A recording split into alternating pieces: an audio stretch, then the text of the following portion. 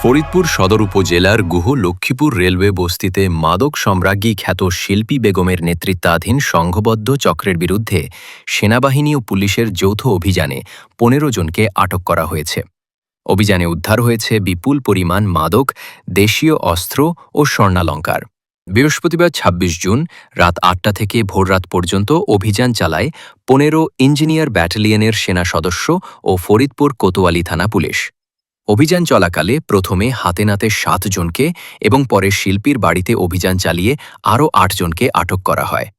এ সময় উদ্ধার করা হয় ৪৭ কেজি ৫০০ গ্রাম গাঁজা, ১৩৩৭ পিস ইয়াবা, ২১২ প্যাকেট হেরোইন, বিদেশি মদ, ২২,০০০ টাকার বেশি নগদ অর্থ, প্রায় ৫৫ লাখ টাকার স্বর্ণালঙ্কার, ৩১টি দেশীয় অস্ত্র ও ১৮টি মোবাইল ফোন।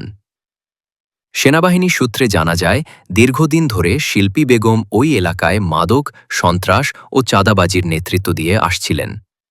নারীদের ব্যবহার করে গাঁজা ইয়াবা বিক্রির পাশাপাশি ভারতীয় পাচারকারী চক্রের সঙ্গেও তার যোগাযোগ ছিল।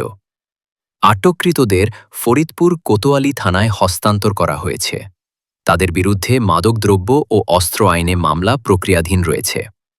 সেনাবাহিনী জানিয়েছে, মাদক ও অস্ত্রের বিরুদ্ধে তাদের জিরো টলারেন্স নীতি অব্যাহত থাকবে।